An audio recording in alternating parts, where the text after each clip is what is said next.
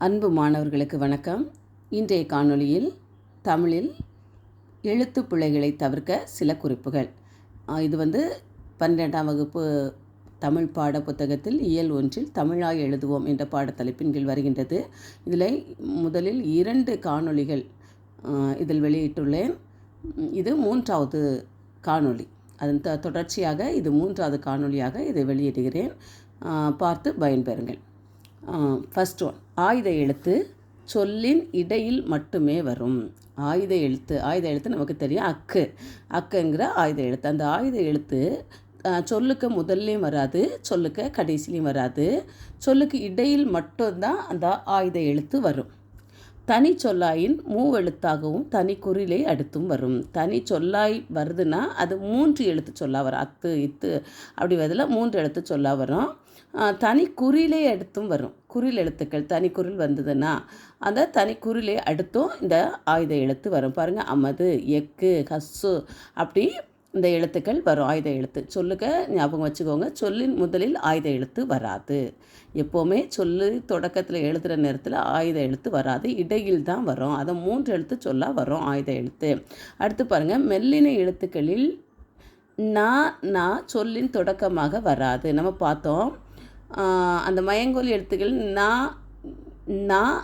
இதில் நான் தான் சொல்லின் தொடக்கமாக வரக்கூடிய ஒரு மயங்கோலி எழுத்துன்னு பார்த்தா, அந்த 8 எழுத்துக்களில் இந்த நா எழுத்து மட்டும்தான் சொல்லின் தொடக்கமாக வரும்.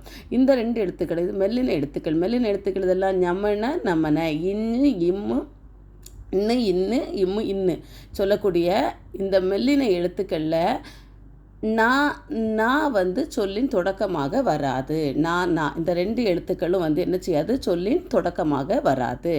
அடுத்து சொல்லின் இடையில் வல்லினத்துக்கு முன் அவ்வல்லினம் மெய்யோ அவற்றின் இனம் மெல்லின மெய்யோ வரும். வல்லின எழுத்துக்கள் இதெல்லாம் கசட தபர. இந்த நம்ம போன இதில் படித்தோம். வல்லின எழுத்துக்கள் கசட தபர. இந்த வல்லின எழுத்துக்களுக்கு சொல்லின் இடையில் வல்லினத்துக்கு முன்னாடி ஒரு வல்லின எழுத்துக்கு இப்போ கா வருதுன்னா இந்த வல்லினத்துக்கு முன்னாடி இதுக்கு இணை எழுத்துறது ஙா. அந்த ஞா என்கிற எழுத்தோ வல்லினத்துக்கு முன் அதுக்கு வா என்கிற ஞா என்கிற வல்லினம் மெய்யோ அல்லது அவற்றின் இன மெல்லினம் மெய்யோ வரும். வல்லினத்துக்கு இணை எழுத்து மெல்லினம். வல்லின எழுத்துக்களுக்கு இணை எழுத்து மெல்லினம். அப்போது ஒரு வல்லின எழுத்து வருதுன்னா அதுக்கு அடுத்து வரக்கூடியது எது வரும்னா அதுக்கு இணை எழுத்தோ அல்லது அதே எழுத்தோ தான் வரும். அப்போ நீங்கள் எழுதுகிற நேரம் கவனமாக எழுதணும். வல்லின எழுத்துக்கள் கசட தபர வருதுன்னா அதோட இணை எழுத்துக்கள் மெல்லின எழுத்துக்கள். ஞங்கன, நமன அந்த மெல்லின எழுத்துக்கள் தான் வரும். இல்லைன்னா அதை சார்ந்த எழுத்துக்கள் அந்த எழுத்தோட வரிசையில் இருக்கக்கூடிய எழுத்துக்கள் தான் வரும். அவ்வின மெய்யோ அந்த எழுத்தோட மெய் எழுத்து இக்கு, இங்கு, இச்சு அந்த மெய் எழுத்தோ அவற்றின் இனம் மெல்லின மெய்யோ அந்த மெல்லின மெய் இருக்குல்ல அதோட இணை எழுத்தான மெல்லின மெய்யோ தான் வரும். பிற மெய்கள் வருவதில்லை. எடுத்துக்காட்டு பாருங்கள், தக்கை, கை. இக்கு அடுத்தது கை தான் வந்திருக்கு. தங்கை, கைக்கு காய்க்கு இணை எழுத்து இங்கு, அதனால இங்கு தான் வந்திருக்கு. பச்சை, சை, இச்சு தான் வந்திருக்கு. அந்த எழுத்துக்கூட மெய் எழுத்து தான் வந்திருக்கு.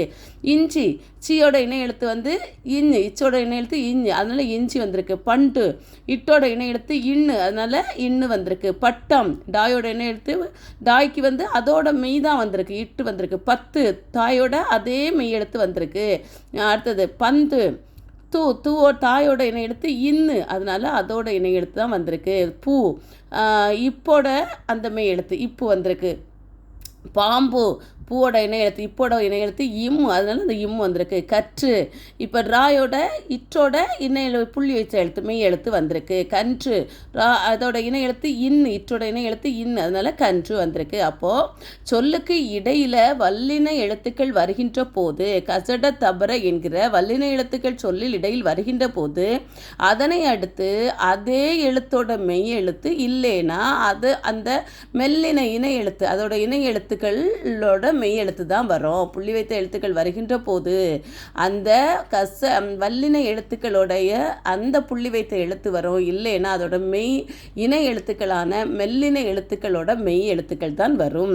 அடுத்து பாருங்கம்மா, இ, இர், இல், இல், இல் என்னும் எழுத்துக்களுக்கு பின் வியங்கோள் வினைமுற்றுனா என்ன நமக்கு தெரியும். வாழ்க, வீழ்க, தேய்க, கா என்கிற வினைமுற்றை இறுதி பகுதி விகுதியை கொண்டு முடியக்கூடியது தான் வியங்கோள் வினைமுற்று. கா என்கிற விகுதியை கொண்டு முடியக்கூடியது தான் வியங்கோள் வினைமுற்று. அதனால் ஈ இர் இல் இல் இல் என்னும் எழுத்துக்களுக்கு பின், இந்த 5 எழுத்துக்களுக்கு பின்னும் என்ன வரும்? வியங்கோள் வினைமுற்று. தேய்க, செல்க, வாழ்க, ஊர்க என இயல்பாக நிற்கும், இயல்பாகவே வரும். ஈ இர் இல் இல் இல் என்னும் எழுத்துக்களுக்கு பின் இந்த வியங்கோள் வினைமுற்று. வியங்கோள் வினைமுற்றுனா நமக்கு என்னன்னு தெரியும்? கா என்கிற விகுதியை கொண்டு முடியக்கூடியது. அந்த வியங்கோள் வினைமுற்று இயல்பாய் எந்த எழுத்துக்களுக்கு பின் வரும்? ஈ இர் இல் இல் இல் என்னும் எழுத்துக்களுக்கு பின் இயல்பாய் வரும், இயல்பாய் நிற்கும்.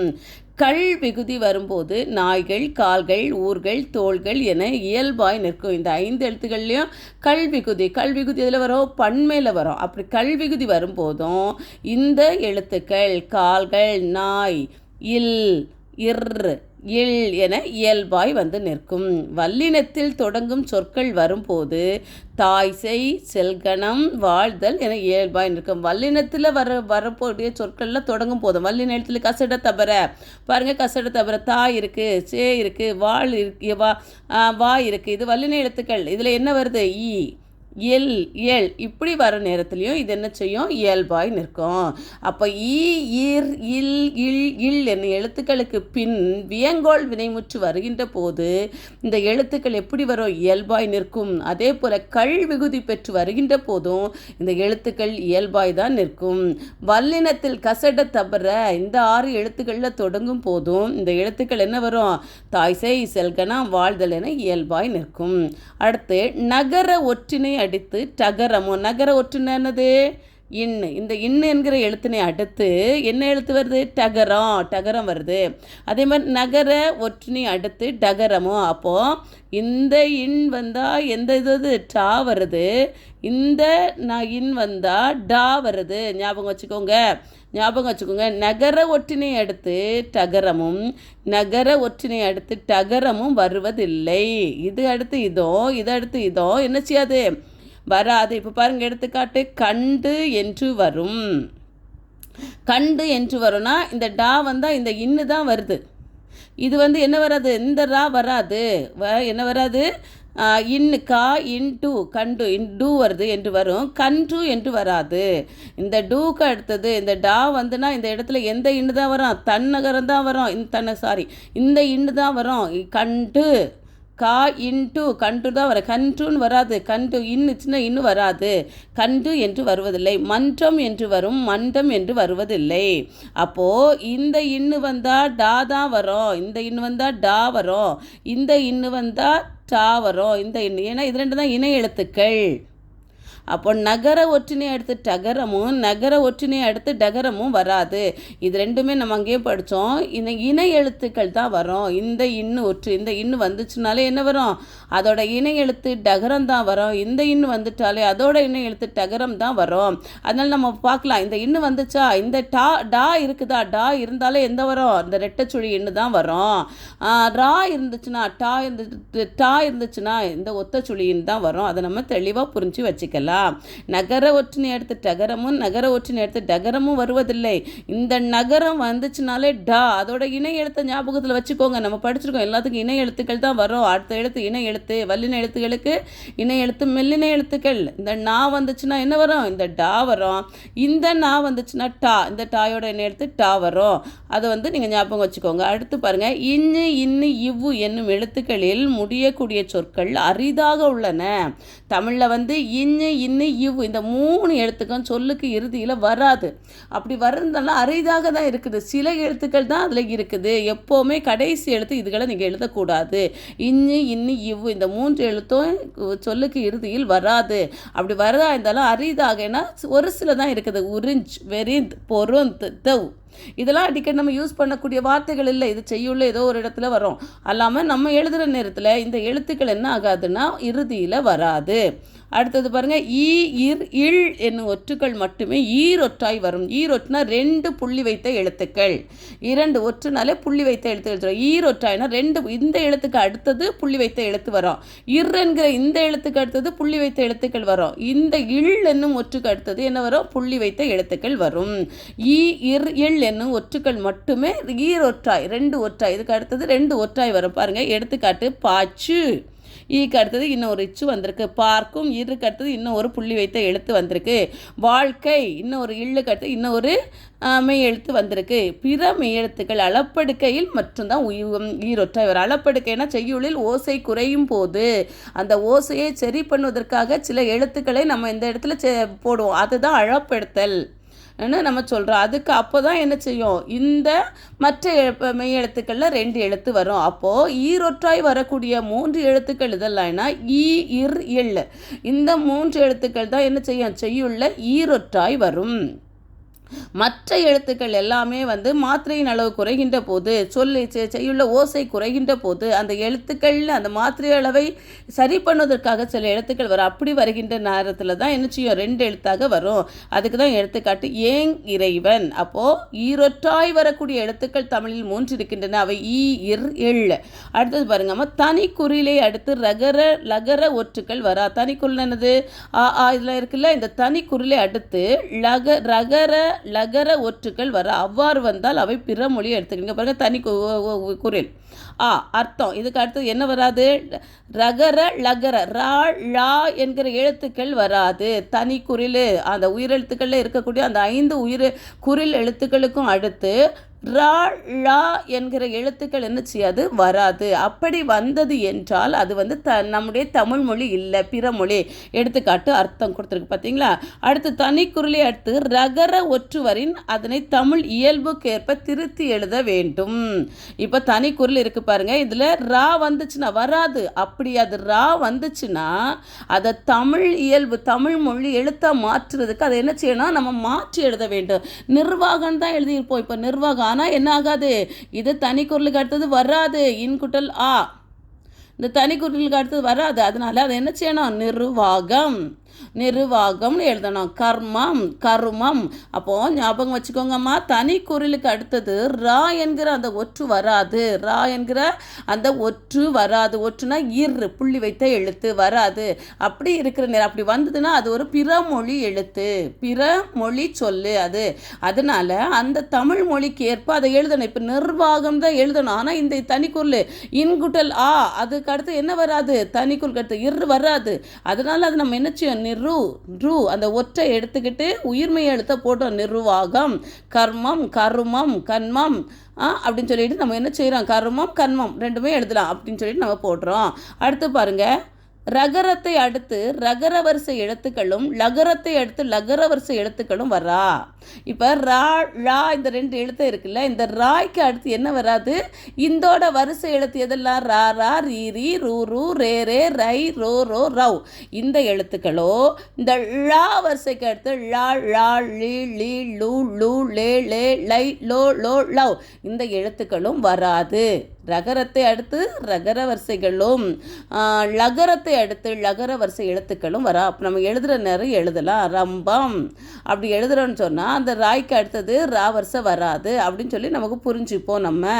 அதனால் லகரத்துக்கு அடுத்து அந்த எழுத்து வரிசைகளும் வராது, அதை புரிஞ்சுக்கோங்க. அடுத்தது வருமொழி முதலில் உயிர் வரின் ஒரு இருமுறையே ஓர் ஈர் என்று மாறும். எடுத்துக்காட்டு ஓர் ஊர், ஈரெண்டு, இருவகம். இதில் வருமொழி முதலில் உயிர் வரின் வருமொழின்னு பாருங்க. இப்போ ஓர் ஊர், அப்போ வருமொழி எது, இது ஓர் குட்டல் ஊர். அப்போ இது நிலைமொழி. ஓர் என்கிறது நிலைமொழி, ஊர் என்கிறது வருமொழி. இந்த வருமொழியில் முதல்ல என்ன எழுத்து வந்திருக்கு, உயிர் வரின் ஒரு இருமுறையே. ஒருன்னு சொல்லக்கூடியது எப்படி மாறினா, இப்போ ஒரு குட்டல் ஊருன்னு தான் நம்ம எழுதுவோம். அதை ஒரு கூட்டல்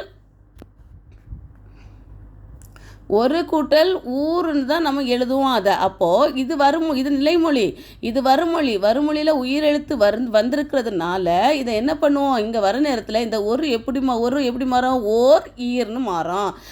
ரெண்டு, இரு கூட்டல் 2ன்னு எழுதுகிற நேரத்தில் அந்த ரூ எப்படி மாறுது, இர்ன்னு மாறும். வருமொழி முதலில் உயிர் வரின் ஒரு இரு முறையே ஓர் ஈர்னு மாறும். ஒரு இரு எப்படி வருமொழியில் என்ன வருது, உயிர் வந்தா அது என்னவா மாறும், அந்த இங்கே இருக்கக்கூடிய ரூ வந்து ஓர் ஈர்னு மாறும். எடுத்துக்காட்டு ஓர் ஊர், ஈரெண்டு ஈருலகம், ஈர்குட்டல் உலகம், ஈரெண்டு ஈர்குட்டல் இரண்டு, ஓர் குட்டல் ஊர் அப்படி மாறும். வருமொழி முதலில் உயிர் வரின் அது இது எது முறையே அத்து இத்து எத்து என்பதாக மாறும். எடுத்துக்காட்டு பாருங்க, அத்து அறம், அது குட்டல் அறம் எப்படி மாறுது? அத்து குட்டல் அறம். இது குட்டம் எளிது எப்படி மாறுது? இத்து எளிது. எத்து குட்டல் ஆடை, எது குட்டல் ஆடை. அப்போது வருமொழி முதல்ல உயிர் வரின், வருமொழி முதல்ல இன்னும் அடுத்து உயிர் வரின் அந்த ஒரு இரு என்பது ஓர் ஈராக மாறும். அதே போல் அது இது என்பது எதா மாறுதுன்னா அத்து இத்து எத்துன்னு மாறுது.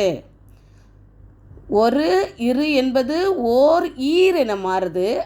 அது இது எது என்பது எதா மாறுது? இத்து எத்து, இத்து எத்து எக்கு எத்துன்னு மாறுது. அப்போது அந்த வருமொழியில் உயிர் வருகின்ற போது, உயிரெழுத்துக்கள் வருகின்ற போது இர் என்கிற ரூ என்கிற எழுத்து இர் என்கிற எழுத்தாக மாறுது.